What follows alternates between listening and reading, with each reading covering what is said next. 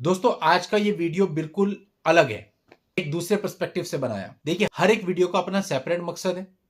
आपको हर एक वीडियो से अलग चीजें हम समझाना चाहते हैं। बहुत से वीडियो हमने बनाए काउंटर केस आपको कब करना चाहिए, कौन कौन से काउंटर केस करने चाहिए, काउंटर केस करने का सही समय क्या है। आज का ये वीडियो बिल्कुल अपोजिट है। काउंटर केस आपको कब नहीं करने चाहिए। इसका रीजन क्या है?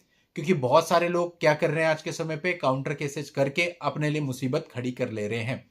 जिस चीज से वो आसानी से बाहर निकल सकते थे उस चीजों को और ज्यादा कॉम्प्लिकेटेड कर ले रहे हैं।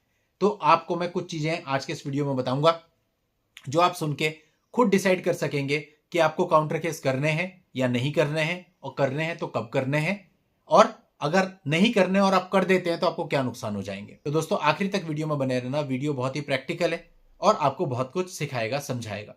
दोस्तों आगे बढ़ने से पहले आपसे रिक्वेस्ट करूंगा कि इस चैनल को भी फटाफट सब्सक्राइब कर दे, क्योंकि इस चैनल पर भी रेगुलरली हम आपके लिए इस प्रकार के वीडियोज लाते रहते हैं। दोस्तों देखिए अभी क्या है कि एक मामला है जिसमें लड़का ये कहता है कि साहब मेरी पत्नी ने मेरे ऊपर 4 झूठे केस कर दिए। हर एक चीज का एविडेंस मेरे पास है, जो भी उसने एलिगेशन लगाए। हम उनसे बात कर रहे हैं, वो हमें अब्यूज कर रहे हैं, वो हमें थ्रेट कर रहे हैं, और एक बहुत मोटा अमाउंट जो कि करोड़ों में है उसकी हमसे डिमांड कर रहे हैं, और इसके साथ साथ बहुत सारी चीजें बोल रहे हैं। हमने कहा चलो भाई वेट कर लो। थोड़ा वेट किया, 6 महीना वेट किया, उसके बावजूद भी एटीट्यूड वही है, बल्कि और बुरा हो गया। अब ऐसे में लड़का पूछता है कि क्या करना चाहिए। तो उसको बोला जाता है कि भैया काउंटर केस करना चाहिए। उसको काफी सारी एडवाइस मिलती है, आपके पास जो लीगल राइट है आप उसको यूज करो, इनके ऊपर केस करो, तब ये मानेंगे, ऐसे नहीं मानेंगे। उन्हें लगेगा कि केवल उन्हीं के पास लीगल राइट नहीं है, उन्हें भी दूसरे प्लेस पे आना पड़ेगा, तो वो मानेंगे। ऐसे केस में काउंटर केस उचित है। और आपको इनिशियल लेवल पे, यानी एफआईआर जब आपकी रजिस्टर्ड हो जाती है उसके बाद ये केसेज कर देने चाहिए। जो भी आपके लीगल राइट बनते हैं वो आप अपने वकील साहब से एडवाइस लेकर के काउंटर केस कर सकते हैं। अब बात आती है काउंटर केस कब करने से आपको नुकसान हो जाता है।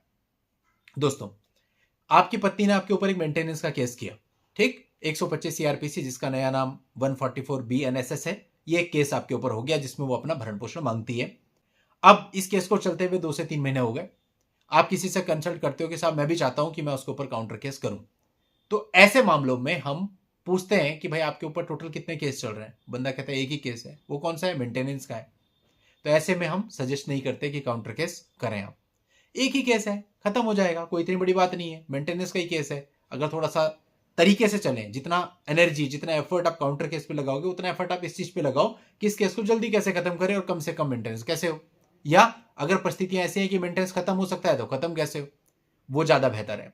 क्योंकि अभी तक उन्होंने सिर्फ एक ही केस किया। अगर वो चाहते तो उधर से 498 और डीवी भी कर सकते थे, पर उन्होंने नहीं किया।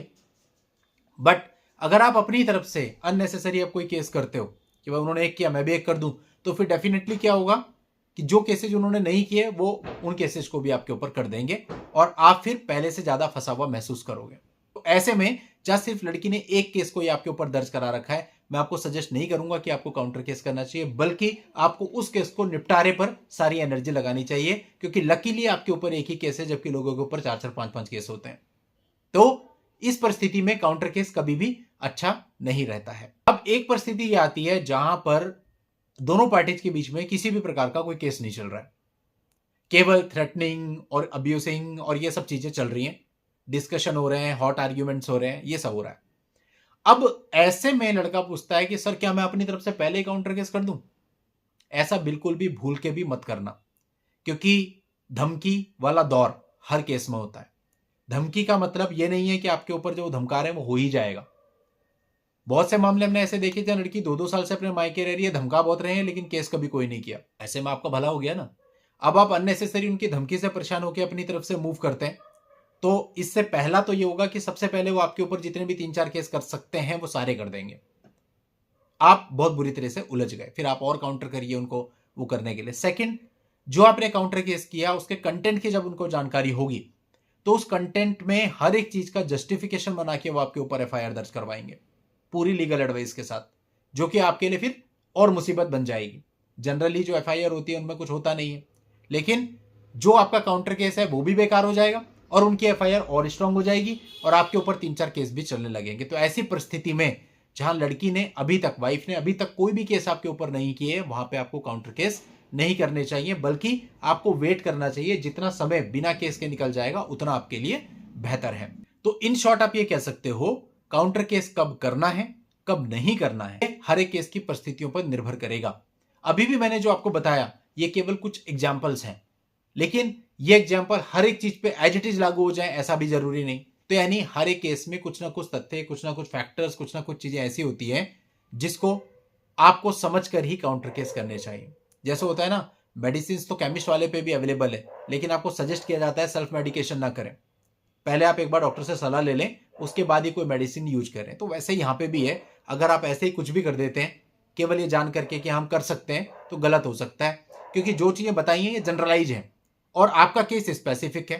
तो आपके केस की जो स्पेसिफिकेशंस हैं, जो कंटेंट है, उसके आधार पे आपको क्या करना चाहिए, क्या करना नहीं चाहिए, वो स्पेसिफाइड जब तक आपको पता नहीं चलेगा तब तक आपको स्टेप नहीं लेना चाहिए। तो दोस्तों उम्मीद करता हूं आप सारी बात को अच्छे से समझ गए होंगे।